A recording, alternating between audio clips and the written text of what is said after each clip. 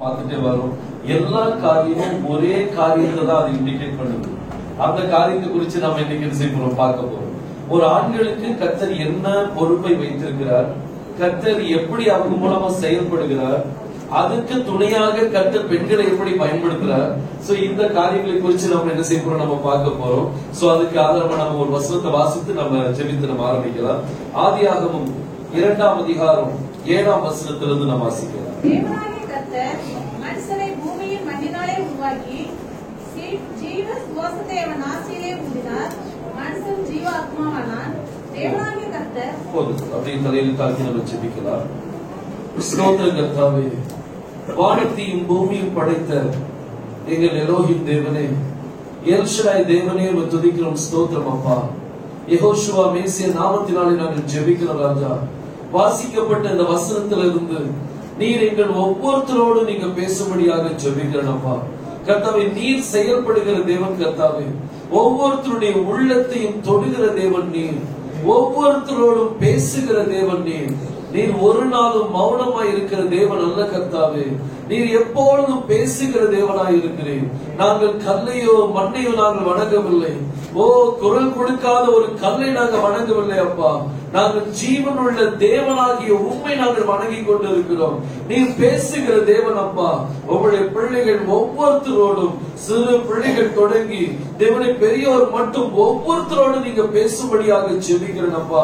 கர்த்தாவே, இந்த வாசித்த வசனத்தை நீர் அபிஷேகித்து நீர் எங்களுக்கு வெளிப்படுத்தி தரும்படியாக ஜெபிக்கிறேன். இந்த கடைசி நாட்களிலே தேவனை எவ்விதமாக ஊழியத்தை செய்ய வேண்டும், என்ன காரியத்தை நாங்கள் செயல்படுத்த வேண்டும் என்கிறது நீர் திட்டமிட்டு நடத்துகிற தேவன் அப்பா. நீர் ஒவ்வொருத்தருக்கும் அந்த திட்டத்தை வெளிப்படுத்தி கொடுங்க. இங்கு அமர்ந்திருக்கிற ஒவ்வொரு ஆண்களுக்காக ஜெபிக்கிறேன் அப்பா. தேவனை ஒவ்வொருத்தர் மேலும் உம்முடைய அபிஷேகம், இந்த வார்த்தையின் மேல் இருக்கிற இந்த அபிஷேகம் கர்த்தாவே ஒவ்வொருத்தர் மேலும் வந்து இறங்க வேண்டும் அப்பா. கர்த்தாவே, ஒவ்வொருத்தரும் நீர் அபிஷேகித்து நீர் அவர்கள் மேல் என்ன திட்டத்தை வைத்திருக்கிறீரோ அந்த திட்டம் அவர்கள் மூலமாக நிறைவேறத்தக்க நீர் அதிசயத்தை செய்து கொடுக்கும்படியாக ஜெபிக்கிறேன். ஒவ்வொருத்தரையும் உம்முடைய கரத்தில் தருகிறோம். தரிசனம் இல்லாமல் இருக்கிற ஆண்களுக்காக ஜெபிக்கிறேன். அவர்களுக்கு தரிசனத்தை தாங்க தகப்பனே. இன்று எனக்கு ஒரு தரிசனம் வேண்டும் என்று ஆவலோடு இருக்கிற பிள்ளைகளுக்கு நீர் ஒரு தரிசனத்தை கொடுங்க ராஜா. அவருடைய வாழ்க்கையிலே நீர் அவர்களுக்கு என்ன செய்ய சித்தமா இருக்கிறீரோ அந்த தரிசனத்தை நீர் கொடுக்கும்படியாக ஜெபிக்கிறேன். வாசிக்கப்பட்ட இந்த வசனம் உம்முடைய வார்த்தை ராஜா. உம்முடைய தாசன் மோசேயின் மூலமாக எழுதப்பட்ட இந்த வார்த்தையில் ஒரு அபிஷேகம் உண்டு கர்த்தாவே. இந்த அபிஷேகம் உம்முடைய பிள்ளைகள் ஒவ்வொருத்தரையும் நிரப்பும்படியாக ஜெபிக்கிறேன். ஒவ்வொருத்தருக்கும் வாஞ்சைகள் உண்டு ராஜா. உமக்கு எதையாயும் செய்ய வேண்டும் என்கிற வாஞ்சை ஒவ்வொருத்தருக்கும் உண்டு கர்த்தாவே. அதை எப்படி செயல்படுத்துவது, என்ன செய்வது என்று தெரியாமல் இருக்கிறது காரியங்கள் உண்டு அப்பா. நீர் அவர்களுக்கு வெளிப்படுத்தி கொடும். நீர் உங்களுடைய அபிஷேகத்தை கொடுத்து ஒவ்வொரு அடியும் எடுத்து வைக்கும் பொழுது உங்களுடைய திட்டத்தின்படி நடக்க நீ உதவி செய்யும்படியாக ஜெபிக்கிறேன். வாசிக்கப்பட்ட இந்த வசனத்தை நீ உங்களுடைய கருத்தில் தருகிறோம். அபிஷேகித்து நீர் எங்களோடு பேசும் அப்பா. நீர் எங்களுக்கு வார்த்தைகளை தாரும். மீட்பரும் இரட்சகருமாகிய யெகோஷுவா மேசிய நாமத்தில் கேட்டுக் கொள்கிறேன் ஜீவனுள்ள நல்ல பிதாவே. வாசிக்கலாம் மீண்டும் வசனம். முதலாவதாக நான் கர்த்தர் யெகோஷுவா மேசிய நாமத்துக்கு நன்றி செலுத்துகிறேன். கர்த்தர் இந்த இடத்துல அவங்க மத்தியில கர்த்தர் செய்தார். அதுபோல பாஸ்டையாவுக்காகவும் தாமசையாவுக்காகவும் நான் நன்றி செலுத்துகிறேன். உங்க டீம் எல்லாத்துக்கும் நான் நன்றி செலுத்துகிறேன். ஏன்னா இந்த வாய்ப்பு எனக்கு கொடுத்தது, அதாவது இந்த மென்ஸ் ஃபெலோஷிப்ல பேச கத்துக்கு நான் நன்றி செலுத்துகிறேன். ஏன்னா இதுல நிக்கும் போது நான் கத்துட்டு கேட்டுட்டு கத்தாவே இங்க பேசுறதுக்கு என்னது ஏதாவது ஒரு டாபிக் எனக்கு தாங்கப்பான்னு கேட்டேன். நேரத்து வரைக்கும் கிடைக்கல. சரி, நீங்க எது கொடுக்கிறோம் அதை என்ன செய்யறேன் பேசுறேன்னு சொல்லி பண்ணாங்க. காலையில கர்த்தர் மடமடத்து நிறைய வார்த்தைகள் என்ன செய்தார் கொடுத்தார். பத்திருங்க, நம்ம மீண்டும் வசனத்தை வாசித்து அபிஷேகத்தோடு நம்ம என்ன செய்வோம் அப்படின்னா இந்த வார்த்தையை கேட்கும் போது அப்படியே நம்ம ரிசீவ் பண்ணலாம். ஒவ்வொருத்தரும் நம்ம ரிசீவ் பண்ணணும். Yes Lord, this word of God is for me. இது எனக்காக நீ கொடுத்திருக்கிறீர் அப்படின்னு சொல்லி நீங்க ரிசீவ் பண்ணிட்டீங்க அப்படின்னா நிச்சயமா அந்த blessing, இந்த வார்த்தை மேல இருக்கிற ஆசீர்வாதம் நம்ம ஒவ்வொருத்தர் மேலயும் வந்து என்ன செய்யும், இறங்கும். நான் மீண்டும் வாசிக்கிறோம். அந்த வசனத்தை வாசிப்போம். 7ஆம் வசனம். தேவனாகிய கர்த்தர் மனுஷனை பூமியின் மண்ணினாலே உருவாக்கி போதும். பாருங்க, வேதம் சொல்லுது, இது நம்ம எல்லாத்துக்கும் தெரிஞ்ச காரியம் தான். தேவன் மனிதனை என்ன செய்கிறாராம், மண்ணினால் என்ன செய்கிறார், உருவாக்குகிறார். முதல்ல ஃபர்ஸ்ட் டைம் கர்த்தர் ஒரு மனிதனுக்கு ஊழியத்தை கொடுக்கிறார் பாருங்க. அந்த மனிதனுடைய பெயர் என்னது? ஆமா, இன்னொரு காரியம், நான் வந்து டீச்சர் பார்த்திருக்கேன், ப்ரொஃபசர் சொல்லி அறிமுகப்படுத்தினாங்க, ஐயா அறிமுகப்படுத்தினாங்க. சோ டீச்சர் சொல்லியாச்சுன்னா நான் மட்டுமே பேசிட்டு இருக்கேன் அப்படி கிடையாது, நாம எல்லாருமே என்ன செய்யணும்? பேசணும். நான் கேள்வி கேட்டா என்ன வரணும்? இருந்து பதில் வரணும். பதில் அப்பதான் இன்னும் பூஸ்டப் ஆகும், இன்னும் நிறைய காரியங்களை என்ன செய்ய முடியும், உங்களுக்கு சொல்ல முடியும். பாருங்க, முதல்ல தேவன் ஒரு மனிதனுக்கு ஊழியத்தை கொடுக்கிறாங்க. அந்த மனிதனுடைய பெயர் என்னது? ஆதாம். இந்த ஆதாம் அப்படின்னு சொல்லும் போது இது பெயர் கிடையாது. ஆதாம் அப்படின்னா மனிதன் அப்படின்னு சொல்லி அர்த்தம். ஆதாம் என்னது? மனிதன். எபிரேய மொழியில ஆதாம் அப்படின்னு சொல்லி சொன்னா அதுக்கு அர்த்தம் வந்து மனிதன் அப்படின்னு சொல்லி அர்த்தம், மேன் அப்படின்னு சொல்லி அர்த்தம். சோ ஒரு மனிதனை கர்த்தர் என்ன செய்யறார் அப்படின்னா, முதலாவதாக மண்ணினால் அவர் என்ன செய்யறார்? உருவாக்குகிறார். ஒரு ஊழியத்தை கொடுக்கிறதுக்கு முன்னாடி, ஒரு தோட்டத்துல கர்த்தர் அவனை ஆதாமை நிறுத்துவதற்கு முன்னாடி கர்த்தர் அவனை மண்ணினால் என்ன செய்யறாராம்? உருவாக்குகிறார். ஏனோ தானவென்று உருவாக்கல, சரியாக அவர் தேவனை போலவே என்ன செய்யறார்? அவனை உருவாக்குறார். ஒரு ஊழியத்தை கர்த்தர் உங்களுக்கு கொடுத்திருக்கிறார், உங்களுக்கு ஒரு ஊழியத்தை கொடுத்திருக்கிறார் அப்படின்னா அந்த ஊழியத்துல கர்த்தர் உங்களை அமர்த்துவதற்கு முன்பாக அவர் நம்மளை என்ன செய்வார்? உருவாக்குவார். நம்மள சரியாக உருவாக்குவார். அப்படி உருவாக்கும் போது சில நேரத்துல கொஞ்சம் அடிகள் விழும். ஆனா அது நம்ம என்ன செய்யணும்? அதை நம்ம ஏற்றுக்கொள்ளணும். கர்த்தாவே, இந்த அடிக்காக நன்றி. ஏன்னா இந்த அடி விழுந்ததுக்கு எதுக்காக அப்படின்னா, நான் இன்னும் ஊழியத்துல பக்குப்படுறதுக்காக கர்த்தர் என்ன செய்திருக்கிறார்? கொடுத்திருக்கிறார். பாருங்க, இப்ப நம்ம பேசிட்டு இருக்கும் போது தேவாலயத்தை கட்டணும் அப்படிங்கிற ஒரு வாஞ்ச எல்லாத்துக்குள்ளயும் என்ன செய்து இருக்குது. அப்போ அது ஒரு ஊழியம், அந்த ஊழியம் நிறைவேற்றுவதற்கு கர்த்தர் இன்னைக்கு நம்மளை என்ன செய்யணும்? உருவாக்கணும். நம்மள முழுமையா ஒப்பு கொடுத்து, கர்த்தாவே நீர் என்னை உருவாக்கி தாரும் அப்பா. தேவன் நம்மளை உருவாக்குகிற தேவன். தேவன் ஒவ்வொருத்தரையும் உருவாக்குவார். அவருடைய சித்தத்தை நிறைவேற்றுவதற்கு தேவன் நம்மளுக்கு என்ன பலவீனங்கள் இருக்குதோ அந்த பலவீனத்தை எடுத்து போடுறதுக்கு அவர் ஒரு சில காரியங்களை என்ன செய்யறார்? நம்மளுக்கு செய்து தருகிறார். பாருங்க, சில நேரம் நீங்க பாருங்க, இந்த சித்திர வேலைகள் பண்ணுவாங்க. பெரிய பெரிய கல்ல என்ன செய்வாங்க? அந்த ஏஞ்சல்ஸ் செதுக்குவாங்க. இல்லாட்டி நிறைய ரூபங்களை செதுக்கிறவங்க இருக்கிறாங்க. இந்த செதுக்கிறவங்க நீங்க பாத்தீங்கன்னா முழு கல்ல அப்படியே அவங்க மனசுல ஒரு இமேஜ் இருக்கும். அந்த இமேஜ் வந்து அவங்க எங்க கொண்டு வரணும்? இப்போ அந்த கல்லுக்குள்ள அவங்க கொண்டு வரணும். அந்த கல்ல அவங்க செதுக்க ஆரம்பிக்கும் போது ஒரு கையில உளி இருக்கும், இன்னொரு கையில என்ன இருக்கும்? சுத்தியல் இருக்கும். அப்படி மெதுவா தட்டி தட்டி தட்டி அந்த கல்ல முழுசா இருக்கிற கல்லுக்கு ஒரு உருவத்தை அவங்க என்ன செய்றாங்க? கொடுக்கறாங்க. அது என்ன உருவம்? அவங்க மனதுல என்ன உருவம் இருக்குதோ அந்த உருவத்தை அந்த கல்லுக்குள்ள என்ன செய்வாங்க? கொண்டு வருவாங்க.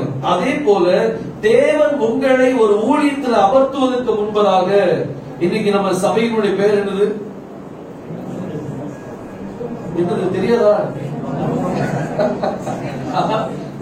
Send Thomas EC short form சொல்றாங்க. அப்படி ஷார்ட் ஃபார்ம் சொல்லிதான் நம்ம சபையினுடைய முக்கியத்துவமே போயிட்டு வந்துடுங்க. அது என்னது? Evangelical Church of India. அப்ப இந்த இடத்துல என்ன ஸ்பிரிட் இருக்கணும்? எவாஞ்சலிக்கல் ஸ்பிரிட் இருக்கணும். அந்த எவாஞ்சலிசம் ஸ்பிரிட் இல்ல அப்படின்னா அப்போ ஈஸி சர்ச் சொல்ல முடியாது. இன்னைக்கு நம்ம ஈஸி சர்ச் அப்படின்னா இந்த இடத்துல எவாஞ்சலிக்கல் ஸ்பிரிட் அனாயிண்டிங் என்ன செய்யணும்? இருக்கணும். அப்போ தேவன் இந்த எவாஞ்சலிசமா உங்களை உருவாக்குறதுக்கு முன்னாடி, அவர் உங்களை இந்த ஸ்தானத்துல வைக்கிறதுக்கு முன்னாடி முதல்ல தேவன் என்ன செய்வார்? உருவாக்குவார். நம்மளுக்கு கிஃப்ட் ஆபரேஷன் கொடுப்பார். நீங்க ஜெபிக்கும் போது அற்புத அடையாளங்கள் நடக்கும். நீங்க ஜெபிக்கும் போது பிசாசுல பிடிபட்டிருக்கிற ஜனங்களுக்கு கர்த்தர் விடுதலை தர முடியும். இப்படி பல வரங்களை கர்த்தர் என்ன செய்வார்? கொடுப்பார். வரத்தை கொடுத்த உடனே ஓடி வந்துட்டு நினைச்சாதீங்க. அவர் இப்பதான் உங்களை என்ன செஞ்சிட்டு இருக்கிறார்? உருவாக்கி கொண்டு இருக்கிறார். நல்ல மியூசிக் வாசிக்க தெரியும் உங்களுக்கு, கர்த்தர் இந்த கிஃப்ட் கொடுத்திருக்கலாம். கிஃப்ட் கிடைச்ச உடனே நான் ரெடி ஆயிட்டேன் அப்படிங்கிறது இல்ல. இன்னும் கர்த்தருடைய பாதத்துல நம்ம என்ன செய்ய வேண்டி இருக்குது? அமர வேண்டி இருக்குது. பாருங்க, எவாஞ்சலிக்கல் சர்ச் ஆஃப் இந்தியா சொல்லும் அப்படின்னா அந்த இடத்துல எவாஞ்சலிசம் ஸ்பிரிட் என்ன செய்யணும்? இருக்கணும். அந்த அனாயிண்டிங் என்ன செய்து இருக்கணும்? ஒருத்தர் மேல இல்ல, எல்லார் மேல என்ன செய்யணும்? அந்த அனாயிண்டிங் இருக்கணும். அப்படி அந்த அனாயிண்டிங் வரும்போது உங்களால ஒரு இடத்துல உங்களால இருக்க முடியாது. ஏன் தெரியுமா? உங்க மேல என்ன ஸ்பிரிட் இருக்குது? Evangelical spirit. எவாஞ்சலிசம் ஸ்பிரிட் அப்படின்னா சாதாரண நினைக்காதீங்க. உங்க கால் கையை கெட்டி போட்டாலும் சரி, அவுத்துட்டு நீங்க என்ன செய்வீங்க? ஓடுவீங்க சுவிசேஷம் சொல்வதற்கு. சோ இந்த உன்னதமான ஒரு பணி, இந்த உன்னதமான ஒரு ஊழியம், இந்த ஊழியத்துல கர்த்தர் உங்களை அமர்த்துவதற்கு முன்பதாக அவர் என்ன செய்யறாரு? நம்மளை உருவாக்குறார். நம்மளை என்ன செய்யறார்? உருவாக்குறார். உருவாக்குறதுக்கு பிறகு என்ன காரியம் நடக்கும் பாருங்க. வாசிங்க அந்த வசனத்தை மீண்டும், 7ஆம் வசனத்தை மீண்டும் வாசிக்கலாம். தேவனாகிய கர்த்தர் மனிதனை பூமியின் மண்ணினாலே உருவாக்கி அடுத்த காரியம் என்ன அப்படின்னா, அவர் தன்னுடைய ஜீவ சுவாசத்தை அவருடைய நாசியில் என்ன செய்தாரா? ஊதினார். இந்த அனாயிண்டிங், இந்த அபிஷேகம், அவருடைய சுவாசத்தின் அபிஷேகம் நம்ம மேல என்ன செய்யணும்? வரணும். அவர் நம்மளை உருவாக்கிட்டார். நான் ரெடி ஆயிட்டேன், நான் போறதுக்கு ரெடி அப்படிங்கிறது இல்ல. நம்ம அவருடைய சமத்துல ஒரு சில காரியங்களுக்காக காத்திருக்க வேண்டியிருக்கு. அவர் நம்மளை முழுமையாக உருவாக்கின பிறகு அடுத்தது அவர் தன்னுடைய சுவாசத்தை கொடுத்து நம்மளை என்ன செய்யறார்? அபிஷேகம் பண்ணுகிறார்.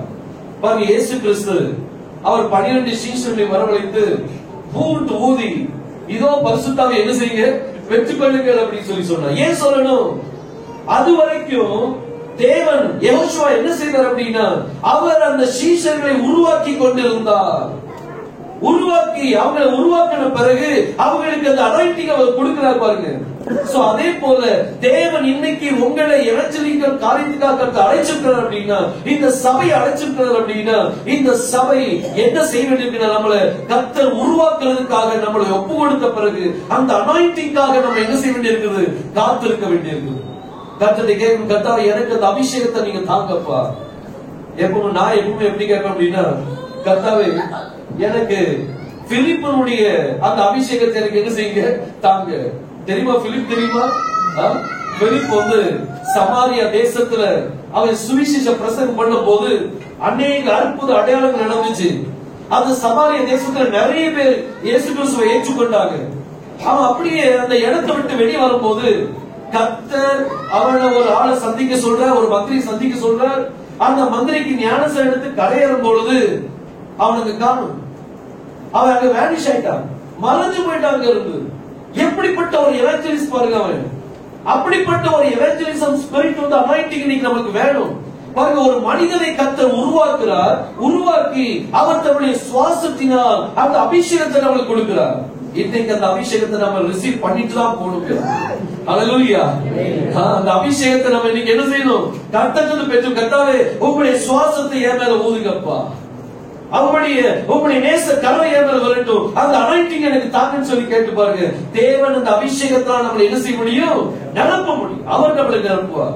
ஒரு மனிதனை ஒரு காரியத்தில் ஒரு ஊழியத்தில் அமர்த்துவதற்கு முன்பதாக அவனை மண்ணினால உருவாக்கி தன்னுடைய ஜீவ சுவாசத்தை அவனுக்கு ஓதினாரா. அவன் ஜீவாத்மாவா என்ன செஞ்சுட்டான்? ஆயிடுச்சா? ஜீவாத்மாவா. ஜீவாத்மாவான பிறகு என்ன? அதுக்கு பெறவுள்ள காரியம் என்ன? அபிஷேகத்தை பெற்ற பிறகு என்ன? தேவன் நம்மளுக்கு என்ன ஊழியத்தை வைத்திருக்கிறாரோ அந்த ஊழியத்துல நம்மளை என்ன செய்வார்? அமர்த்துவார். பாருங்க, வாசிங்க. அதுல 17ஆம் வசனத்துல வாசிப்போம். சாரி, 2ஆம் அதிகாரம் 15ஆம் வசனத்தை வாசிங்க. தேவனாகிய கர்த்தர் மனுஷனை ஏதேன் தோட்டத்தில் இப்பதான் ஆதாம் மண்ணால உருவாக்கிட்டு இப்பதான் எங்க கொண்டு வராராம்? தோட்டத்துக்குள்ளே இப்பதான் கொண்டு வராரு. முதல்ல உருவாக்குறார், அபிஷேகத்தை கொடுக்கிறார். அதுக்கு பிறகு அவனுக்கு நியமிக்கப்பட்டிருக்கிற அந்த ஒரு ஊழியத்துல கர்த்தர் என்ன செய்யறாராம்? கொண்டு வர, அந்த தோட்டத்துக்குள்ள கொண்டு வர. முதல் தோட்டக்காரன் யாரு? ஆதாம் தான் முதல் தோட்டக்காரன். நிறைய பேர் கார்டனிங் வேலை பார்ப்பாங்க. சோ அவங்க எல்லாம் பிளஸ்ட் பீப்புள். ஏன் தெரியுமா? ஏன்னா முதல் கார்டனிங் வேலை பார்த்தது யார்தான்? ஆதாம் தான். மரியா யெகோஷுவா வந்து உயிர் திறந்த உடனே, யெகோஷுவான்னு சொல்றேன்னு வேற எதுவும் நினைச்சிடாதீங்க.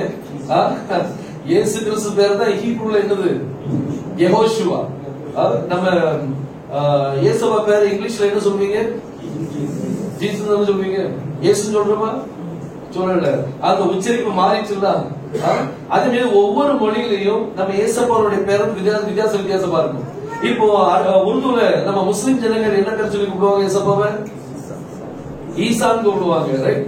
சோ இப்படி அநேக ஒவ்வொரு மொழியும் வித்தியாசமா இருக்கும்.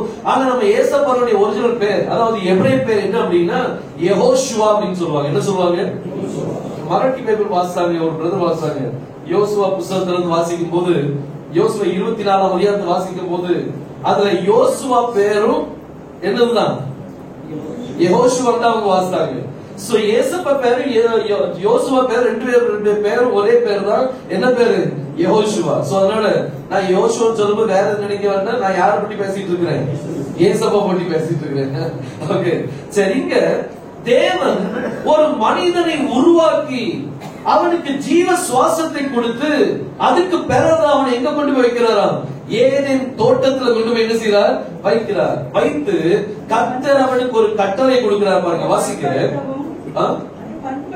அதை பண்படுத்தவும் அதை காக்கவும் வைக்கிற ரெண்டு காரியம் பொறுப்பு இருக்கு அவனுக்கு. ஒரு ஊழியத்தை கர்த்தர் உங்களுக்கு கொடுத்திருக்கிறார் அப்படின்னா, இன்னைக்கு நமக்கு சபை கட்டணும் அப்படிங்கிற ஒரு ஊழியம் நம்மளுக்கு இருக்கு அப்படின்னா, அப்போ தேவன் அதுக்கென்று நம்மளை உருவாக்க வேண்டும். அந்த அபிஷேகத்தை நம்மளுக்கு கொடுக்கணும். கொடுத்த பிறகு அந்த சபையில கர்த்தர் நம்மளை என்ன செய்வாரா? விட்டுருவார். அந்த அபிஷேகத்தை கொடுத்தாக்க வழிநடத்த வைப்பார். பாருங்க, இன்னைக்கு அந்த ஏதேன் தோட்டத்துல ஆதாமை கொண்டு வந்து நிறுத்தின உடனே கர்த்தர் அவனோடு பேசுறார். இதை பண்படுத்தவும் எதுக்கு வச்சாராம்? நல்லா வாசிக்க வசது.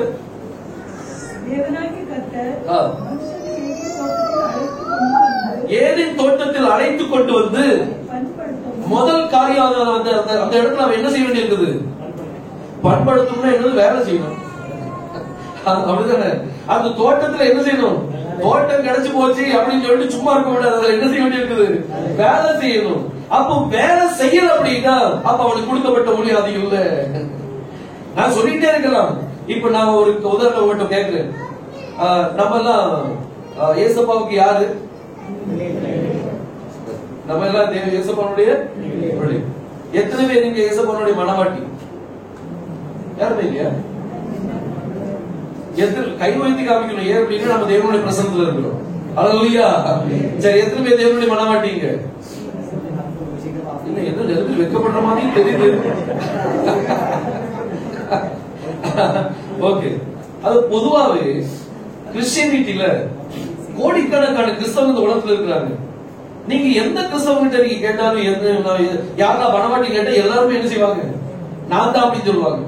எத்தனை பேர் ஆசாரியர்கள் இருக்கு அப்படின்னு கேட்டா எல்லாரும் என்ன செய்வாங்க? சொல்ல மாட்டீங்களா? நம்ம எல்லாம் யாருதான்? ஆசாரியர் தானே. அதுக்கு தேவன் நம்மளை ஆசாரியர்களும் ராஜாக்களும் மாத்தி இருக்கிற அப்படின்னு நம்ம சொல்லுவோம். சோ நம்ம யாரெல்லாம் ஆசாரியர்கள் சொன்னா எல்லாரும் கை வைத்துவாங்க. யாரெல்லாம் ராஜான்னு சொன்னா எல்லாரும் கை வைத்துவாங்க. யாரெல்லாம் மனவாட்டின்னு சொன்னா எல்லாரும் கை வைத்துவாங்க. யாரெல்லாம் தேவனுடைய பிள்ளைன்னு சொன்னா எல்லாரும் கை வைத்துவாங்க. ஆனா தேவன் நம்மளை பார்த்து சொல்லணும். தேவன் என்ன செய்யணும்? நம்மளை பார்த்து சொல்லணும். நம்ம எல்லாரும் சொல்லலாம் நான் மனவாட்டின்னு சொல்லி. ஆனா மணவாளன் நம்மளை பார்த்து சொல்லணும், இதுதான் என்னுடைய மனவாட்டின்னு சொல்லி.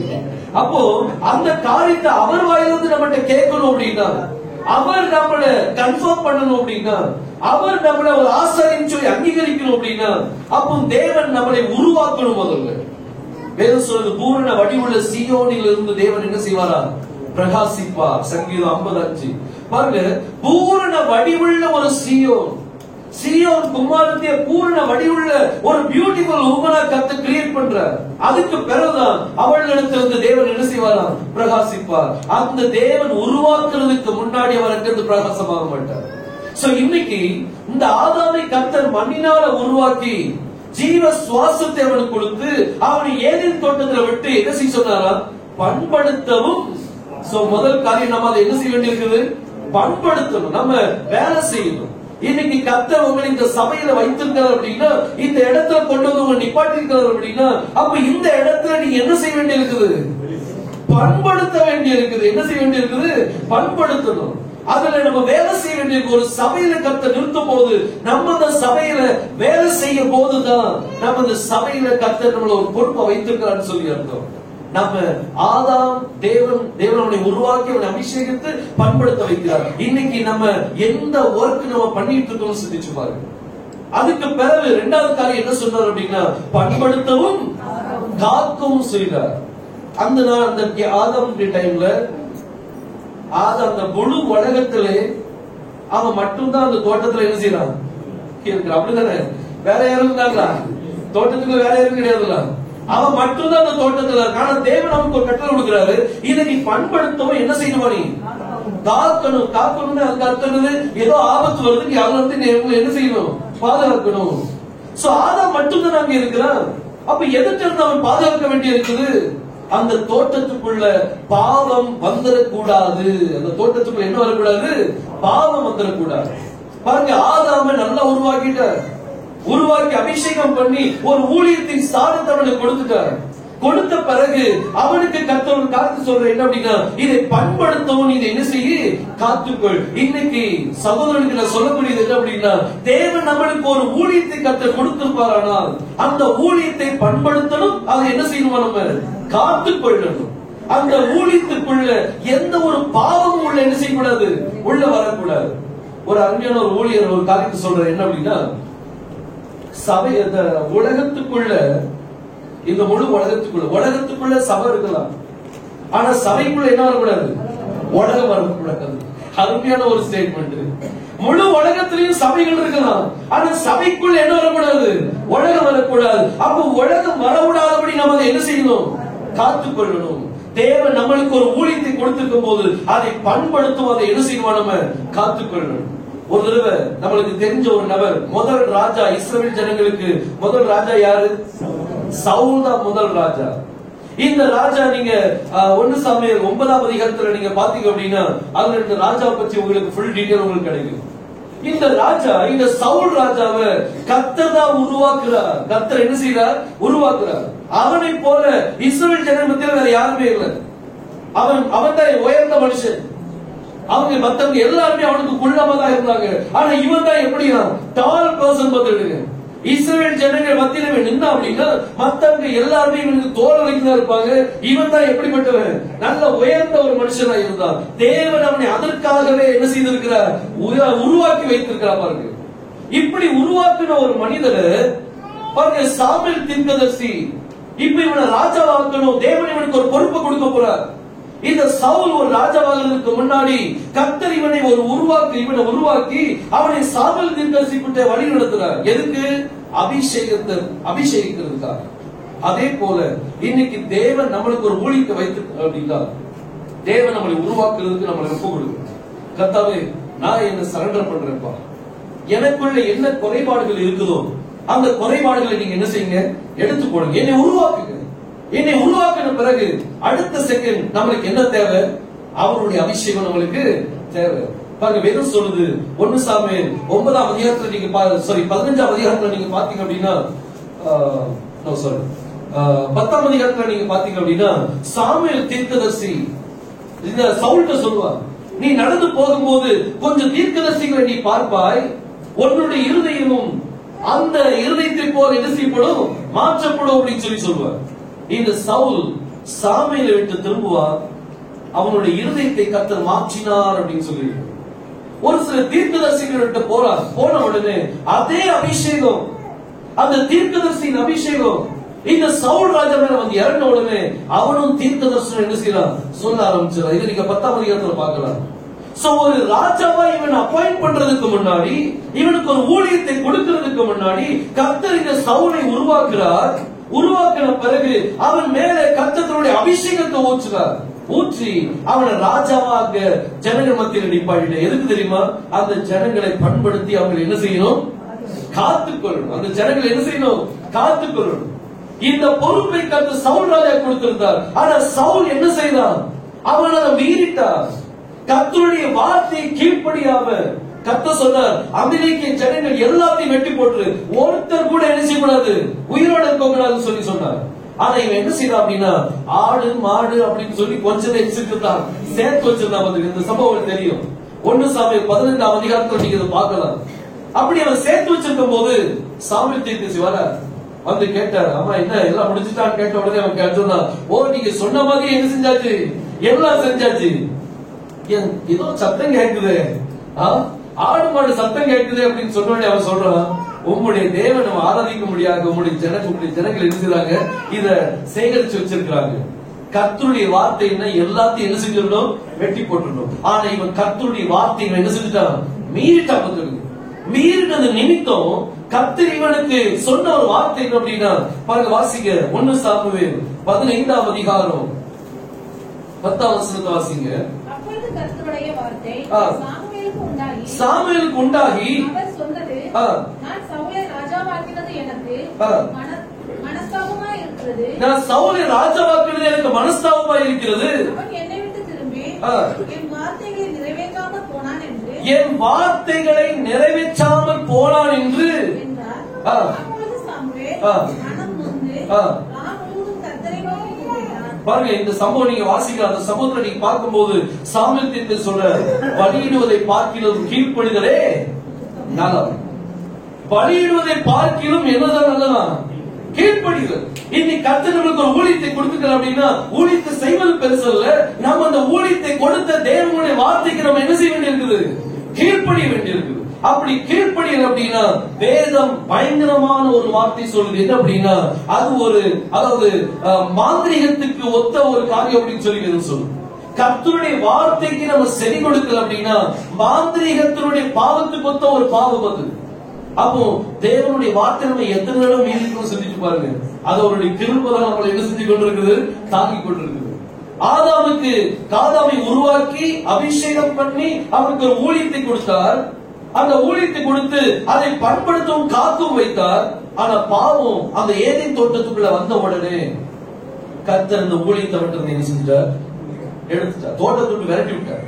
நீ தோட்டத்தை பண்படுத்தினதும் காத்ததும் போதும் அப்படின்னு சொல்லிட்டு கர்த்தர் அந்த இடத்துல இருந்து என்ன செஞ்சார், எடுத்தார். அந்த தோட்டத்தை விட்டு, அந்த மினிஸ்ட்ரியை விட்டு அவர் கர்த்தர் தூக்கிட்டார். சவுல் ராஜா, இவனுக்கும் கர்த்தர் ஊழியத்தை கொடுத்திருந்தார். ஆனா இவனால பண்படுத்தும் காக்கவும் செய்யல, இவனால காத்துக்கொள்ள முடியல. இவன் தேவனுடைய வார்த்தை மீறினவன்னு கர்த்தர் சொல்றார், இப்போ உன் மேல இருக்கிற அபிஷேகத்தை இன்னொருத்த மேல கொடுத்துட்டேன் அப்படின்னு சொல்லி சொல்றார். மினிஸ்ட்ரி மாறிடும், ஒரு இடத்துல இருந்து இன்னொரு இடத்துக்கு மாறிடும். இன்னைக்கு தேவன் நம்மளுக்கு கிருபையா கொடுத்த ஒரு ஊழியத்தை நம்ம அசட்டையாக எண்ணிடக்கூடாது.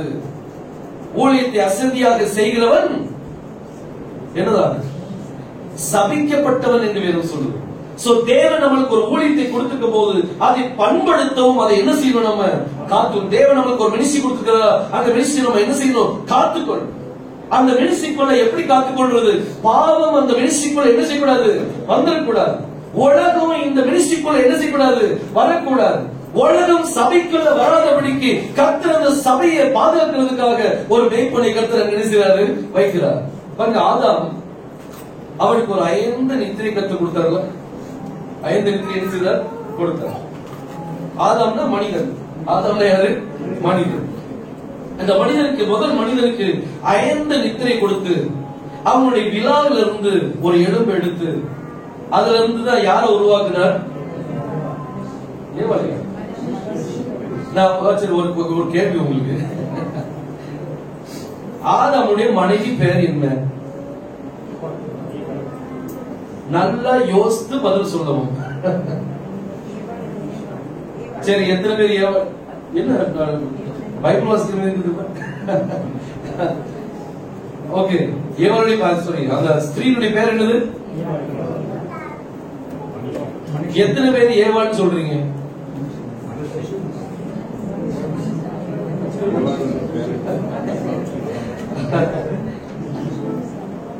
ஏவாள்லாம் கிடையாது. இங்கிலீஷ்ல என்ன சொல்லுவாங்க, ஈவா ஏவாளா அப்படின்னு சொல்லுங்க, முடிவெடுங்க.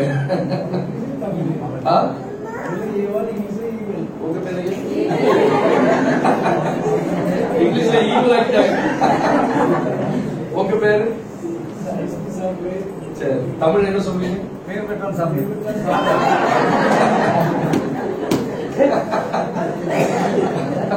அதே இங்கிலீஷ்ல என்ன சொல்லுவீங்க? அதே பேர் தானே. சைனாக்கு போனதும் அதே பேர் தானே.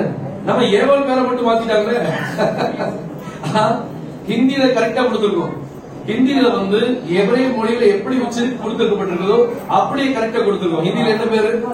ஹவா. ஹவாட காற்று கிடையாது, இது வேற ஹவா. சோ இப்படி பாருங்க, இந்த மனிதனை பாருங்க ஒரு 5 நித்திரை கொடுத்து அவருடைய விழாயிடம் எடுத்து யாரை உருவாக்குறாங்க? ஒரு ஸ்திரீயை என்ன செய்கிறார்? உருவாக்குறார். கரெக்ட் தானே? பெயர் கொடுக்கறதுக்கு முன்னாடி அவர் என்ன சொல்லப்பட்டிருக்கு? ஒரு ஸ்திரீ என்ன செய்ய உருவாக்குறார். ஸ்திரீன்னா அதுக்கு அர்த்தம் என்னது? பைபிள்ல ஸ்திரீ என்ன சொல்லுவாங்க?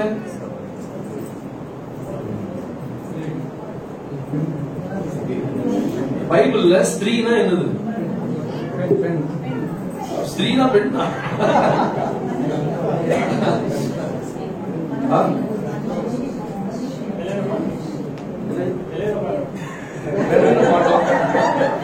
யாரு அப்படியா?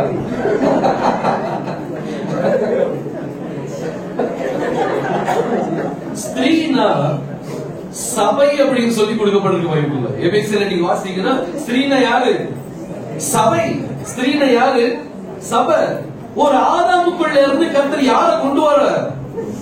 ஒரு சபையை கொண்டு வர.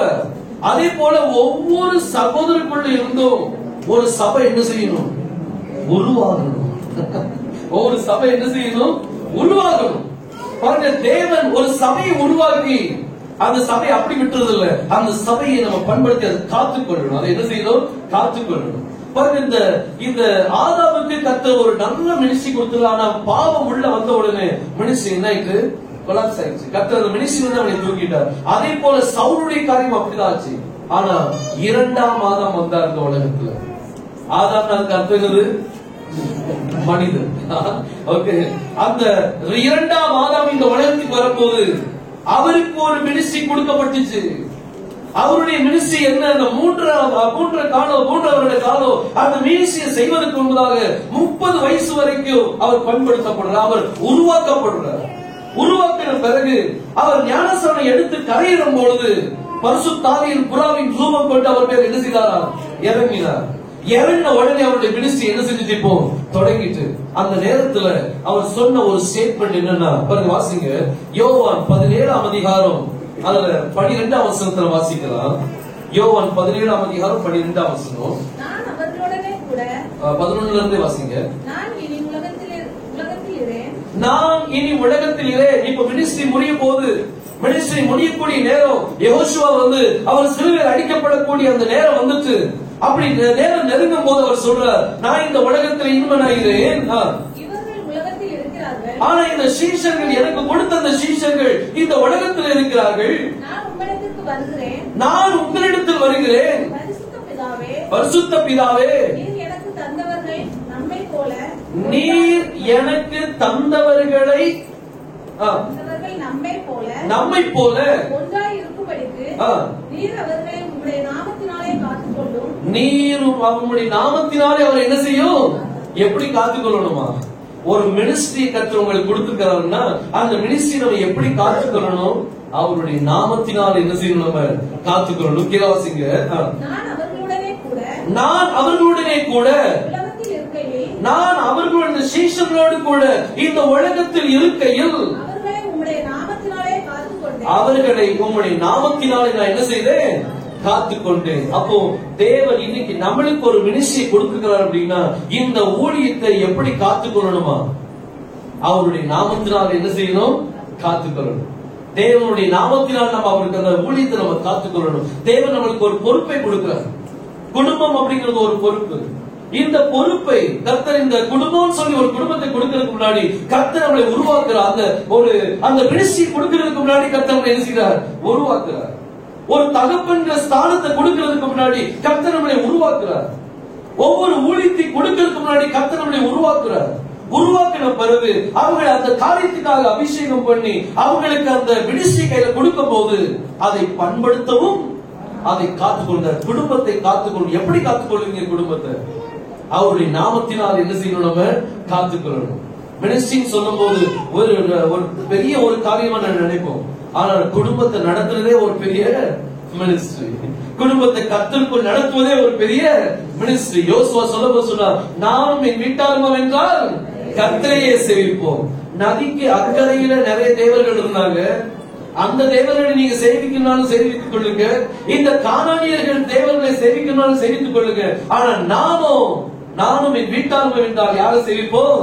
கர்த்தரையே சேவிப்போம். எப்படிப்பட்ட ஒரு மினிஸ்ட்ரி பாருங்க. பிலிப்புக்கு ஒரு அருமையான மினிஸ்ட்ரி கர்த்தர் கொடுத்திருக்கார். அந்த மினிஸ்ட்ரியில முதல் மினிஸ்ட்ரி, அவருடைய மினிஸ்ட்ரி என்ன அப்படின்னா குடும்பத்தை பாதுகாக்கிறது அவருடைய முதல் மினிஸ்ட்ரி.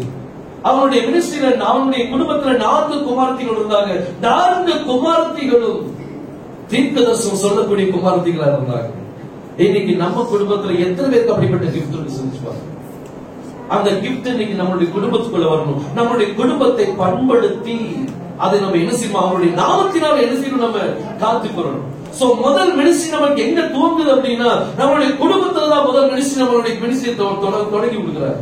அதுக்கு பிறகு அதனாலதான் வேறு சொல்லுது, தன் வீட்டை நடத்தாதவன் சபையே. முதல்ல என்னதான் வருது? குடும்பம் தான் வருது பாருங்க. வீட்டுக்குள்ளதான் முதல் மினிஸ்ட்ரி ஆரம்பமாகுது. அந்த மினிஸ்ட்ரி கருத்து கையில கொடுக்கும் போது நாம் அதை பண்படுத்தும், அதை என்ன செய்யணுமா?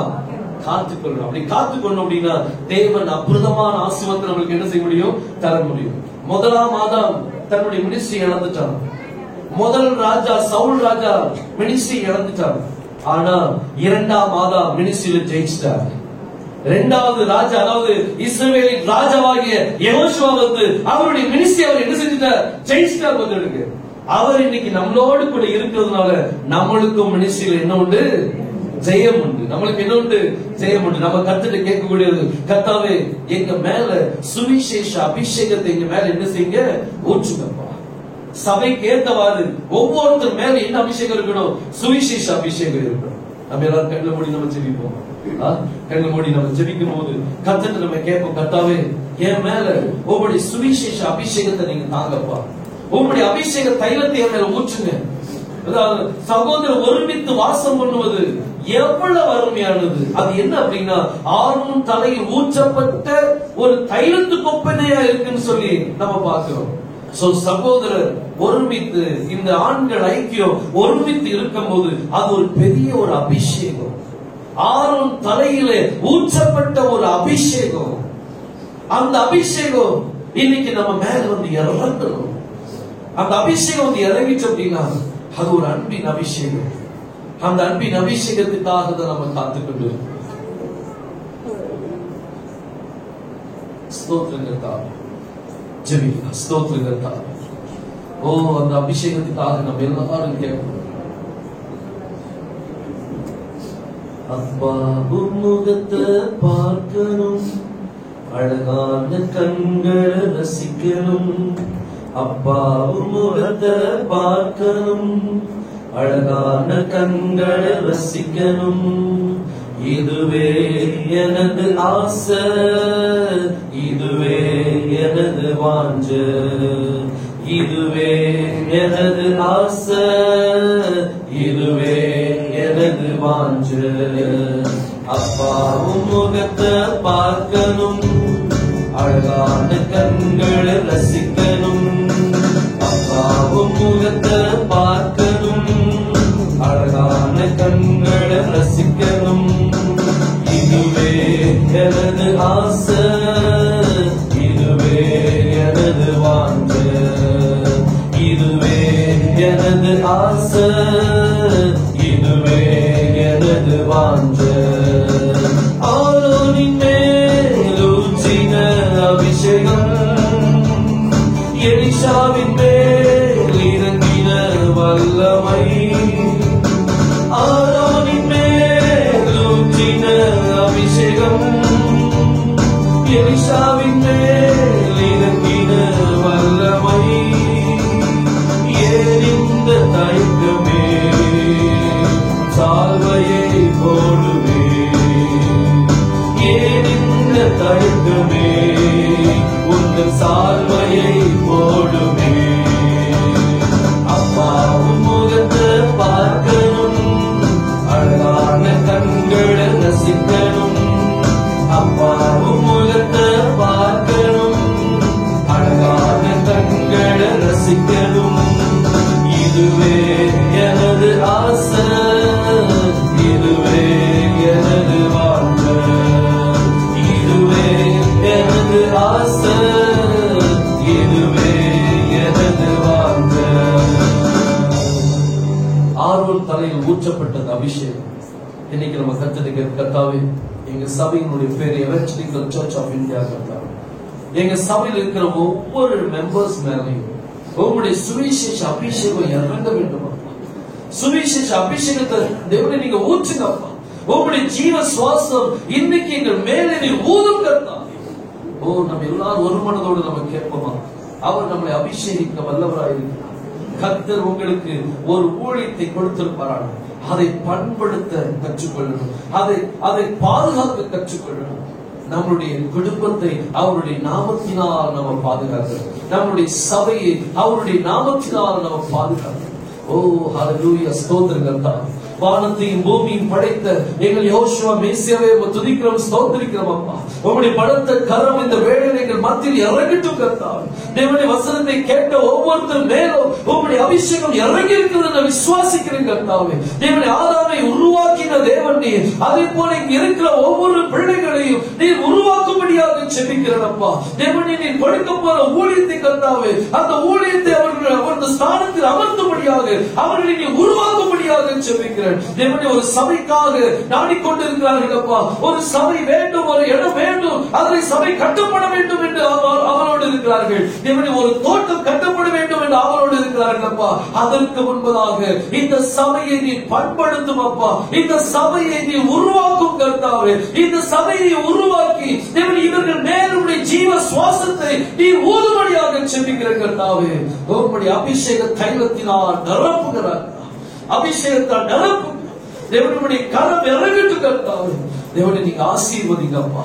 தேவனை அருமையாக தேவனை போதகத்துக்காக ஜெபிக்கிறேன், அவர்களை ஆசீர்வதிங்க. தேவனை கமிட்டி மெம்பருக்காக ஜெபிக்கிறேன், ஒவ்வொரு பிள்ளைகளையும் ஆசீர்வதிங்க. அவங்களுடைய வாஞ்சை 2 வருடமாக அவர்களுக்குள் இருந்த வாஞ்சை நிமித்தம் தேவனை முழு சபையும் அந்த கமிட்டியை மீண்டும் ஒப்பு கொடுத்திருக்கிறார்கள் அப்பா. தேவன் இந்த கமிட்டி அவர்களுக்கு என்ன தரிசனத்துக்கு கொடுத்திருக்கிறீர்களோ அந்த தரிசனத்தை அவர் நிறைவேற்றி கொடுக்கும்படியாக தேவனை நிறைவேற்றது மட்டுமல்ல, தேவனை அந்த காரியம் நடக்கும் போது தேவனை சாலமோ தேவனை காரியத்தை எப்படி நீ நடத்தி கொடுத்தீரோ அந்த காரியம் நடந்து முடியும் போது அவர்களை அந்த இடத்தில் பண்படுத்தவும் தேவனை காக்கும்படியாக உங்களுடைய அபிஷேகத்தினால் நிரப்புங்க ராஜா. நீங்க நிரப்புங்க தகப்பனே. ஒவ்வொருத்தரையும் ஆசீர்வதிக்கிறாங்க தேவனை. நாங்கள் ஒன்றுமே இல்லை தகப்பனே. வந்திருக்கிற சிறியோர் முதல் பெரியோர் வரைக்கும் ஒவ்வொருத்தரின் பேர் பேராக நீங்க ஆசீர்வதிங்க. அவருடைய தேவைகள் அனைத்து நீ சந்தித்திருக்க, அவருடைய தேவைகள் எல்லாம் உனக்கு தெரியுமாப்பா. தேவனுடைய குறைபாடுகள் எல்லாம் தெரியுமாப்பா. ஓ, நான் செய்ய வேண்டும் நினைக்கிறேன், அதை என் கை குறுகி போய் இருக்கிறது, என்னால் செய்ய முடியவில்லை. நான் கர்த்தருடைய ராஜ்யத்தை கட்டுவதற்காக, கர்த்தருடைய தேவாலயை கட்டுவதற்காக நான் செய்ய வேண்டும் என்று நினைக்கிறேன், அதை என் கை குறுகி போய் இருக்கிறது, நான் கடன் பாரத்தில் இருக்கிறேன் என்று தவிக்கிற பிள்ளைகளை கலந்து தருகிறேன் அப்பா. அவருடைய உள்ளத்தை நீ ஆசீர்வதிப்பீராக. தேவனுடைய கடன் பாரங்கள் எல்லாவற்றையும் யோசுவா மேசியாவின் நாமத்தில் நீக்கி போடுங்க ராஜா. நீக்குங்க தகப்பனே. ஒரு கர்த்தாவே தேவனே, பேங்க் கடன் கூட இருக்கக்கூடாது ராஜா. எல்லாவற்றையும் அடைத்து முடிக்க ஒரு நொடியில் உம்மால் முடியும் கர்த்தாவே. ஒரு நொடியில் செய்கிற தேவன் அப்பா. கர்த்தாவை நீங்க ஆசீர்வதித்து கொடுங்க. ஒவ்வொருத்தரையும் பேர் பேராக ஆசீர்வதிங்க. நாங்கள் ஒன்றுமே இல்லை, எங்களை தாழ்த்தி உடைய கரத்தை தெரியும். மீட்பரும் ரட்சகருமாகிய யெகோஷுவா மேசியா நாமத்தில் கேட்டுக்கொள்கிறேன், ஜீவனுடன் உள்ளது.